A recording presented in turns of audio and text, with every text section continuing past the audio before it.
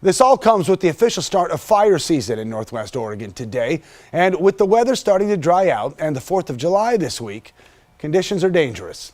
Christine Pitawanich live now in downtown Portland to explain. So Christine, this year there are also some changes that we need to talk about. Chris, yes, there are a couple of changes, the first of which deals with what people are allowed to do during the fire season, and the second deals with the prediction for this season.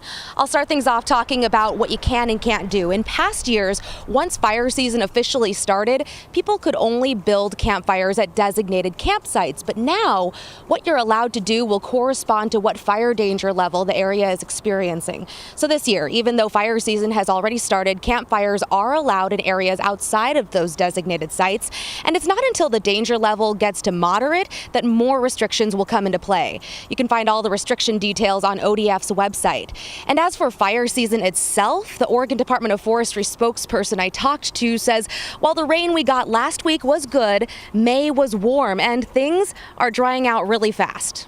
And the predictions for long range for June, July, and August are that the west side of Oregon from Washington to California is going to be a worse fire season than eastern Oregon this summer. He says already this year in his district, they've had 22 fires, and that's twice the number of human-caused fires they had at this time last year.